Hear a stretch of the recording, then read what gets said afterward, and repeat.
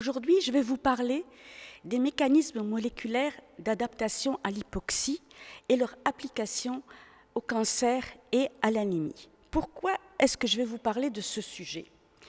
Tout simplement parce qu'il a fait l'objet du dernier prix Nobel de médecine et de physiologie en 2019 qui a été donné à M. Greg Semenza, Peter Ratcliffe et William Kaelin.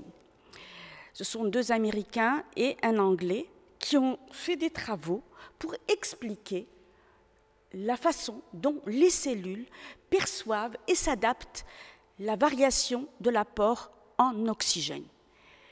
En effet, ils ont résolu les mécanismes moléculaires qui régulent l'expression génique en réponse à l'hypoxie. Et ces travaux sont importants non pas uniquement du point de vue scientifique, mais parce qu'ils ouvrent aussi de bonnes et de grandes perspectives dans le traitement de maladies comme l'anémie, le cancer ou autres. Alors, je vais quand même définir ce qu'est l'hypoxie. L'hypoxie, c'est un état d'oxygénation insuffisante de certains tissus ou de l'organisme en entier. Elle est donc la conséquence de la diminution de l'oxygène dans le sang, sachant qu'il y a une pression partielle en oxygène en dessous de laquelle on va considérer qu'il y a hypoxie. Alors, ce phénomène peut avoir lieu pour différentes raisons. D'abord, l'environnement. Si vous êtes en altitude, vous allez avoir un manque d'oxygène. Ça peut tenir à des anomalies du sang, par exemple l'anémie, parce qu'il y a des globules rouges en nombre insuffisant ou parce qu'ils fonctionnent mal. Et vous savez que les globules rouges sont les cellules qui transportent l'oxygène dans l'organisme. Ou ça peut être dû à des pathologies pulmonaires ou cardiaques qui font que l'oxygène est mal amené aux cellules dans l'organisme. Si bien que cet organisme a des moyens de s'adapter à des baisses de pression d'oxygène dans le sang. Et ces gènes, ces moyens et ces mécanismes sont l'expression de certains gènes d'adaptation qu'on appelle hypoxie sensible et qui vont être impliqués dans l'angiogénèse, ça veut dire la formation de nouveaux vaisseaux, l'érythropoïèse, ça veut dire la fabrication de globules rouges, ou bien le transport du glucose ou son métabolisme. Ensemble, ces gènes vont réduire les effets qui sont provoqués par l'hypoxie. Alors, je vais prendre un exemple, celui de la fabrication de l'érythropoïétine, qui est une hormone impliquée dans la fabrication des globules rouges dans l'organisme. Cette hormone est fabriquée par le rein. Lorsqu'il y a hypoxie, le rein va fabriquer plus de cette hormone, qu'on appelle l'érythropoïétine, qui, elle, va augmenter le nombre de globules rouges dans le sang pour pouvoir transporter plus d'oxygène et réduire ainsi l'effet de l'hypoxie. Ça, c'est un moyen qui était connu depuis un certain nombre d'années. Ce qui est nouveau maintenant et qui a été résolu par les lauréats du dernier prix Nobel, c'est que M. Semenza et M. Ratcliffe se sont intéressés pratiquement en même temps à la régulation génétique de l'expression de l'érythropoïétine, l'EPO. Et ils ont identifié un facteur de transcription qu'on appelle le HIF. C'est un facteur qui augmente en réponse à l'hypoxie et qui va réguler un certain nombre de gènes et en réponse à cette baisse d'oxygène.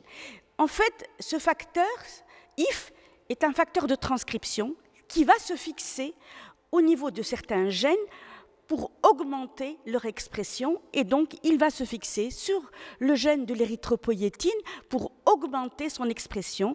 Comme ça, l'organisme va fabriquer plus de globules rouges. parallèlement, M. Kaelin s'intéresse à autre chose. Il s'intéresse au cancer et aux gènes suppresseurs de cancer, notamment le gène VHL. En fait, ce gène peut être muté dans une maladie très rare qu'on appelle la maladie de von Hippel-Lindau. Cette maladie, en fait, est associée à des tumeurs bénignes ou malignes, mais très vascularisées, avec beaucoup de vaisseaux. Et donc, M. Kaelin a étudié ces tumeurs et il a pu montrer qu'elles exprimaient un taux anormalement élevé des gènes qui étaient régulés par l'hypoxie. Et du coup, il a fait le lien entre ces travaux et les travaux de Samanza et de M. Ratcliffe, et ce qui a permis en fait de démontrer que VHL interagit avec IF et que cette interaction se fait en présence d'oxygène et que cette interaction aboutit à la dégradation de IF. En d'autres termes, VHL fixe IF et le dégrade, mais ceci en présence d'oxygène. Et donc ça aboutit au modèle que, en présence d'oxygène, en normoxie, VHL fixe IF, lui rajoute des petits peptides qu'on appelle ubiquitine, et de cette manière, il le marque pour l'orienter vers la destruction. Et on oriente notre IF, qui est ainsi marqué, vers le protéasome, qui est une sorte de lieu de destruction des protéines dans la cellule. Mais lorsque VHL est muté, il ne peut pas remplir sa fonction. Et même s'il y a de l'oxygène, même si la pression en oxygène est normale, IF ne va pas pouvoir être détruit et IF va pouvoir jouer son rôle de facteur de transcription et aller se fixer dans le noyau au niveau des gènes qu'il régule.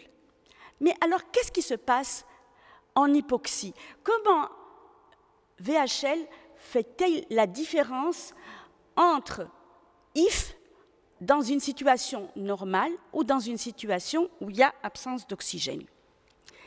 Et dans ces conditions, nous arrivons au mécanisme global qui a été mis en évidence. Ce mécanisme explique tout simplement que dans des conditions normales d'oxygène, il y a des enzymes qui ont comme substrat l'oxygène, qui hydroxylent IF, ça veut dire qu'ils lui rajoutent un groupement où il y a de l'oxygène. Ce marquage de IF fait qu'il va être reconnu par VHL et va être ubiquitinylé et entraîné vers le protéasome pour être détruit. Donc, dans des conditions normales, IF est synthétisé, mais il est rapidement détruit parce qu'il est hydroxylé en présence d'oxygène.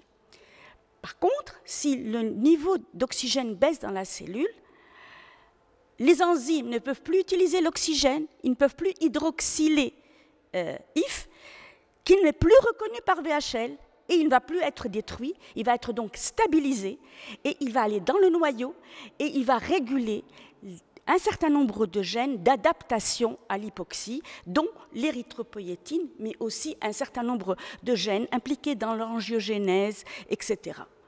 Maintenant, si nous sommes en présence d'oxygène en quantité normale, IF va être hydroxylé, mais VHL est muté.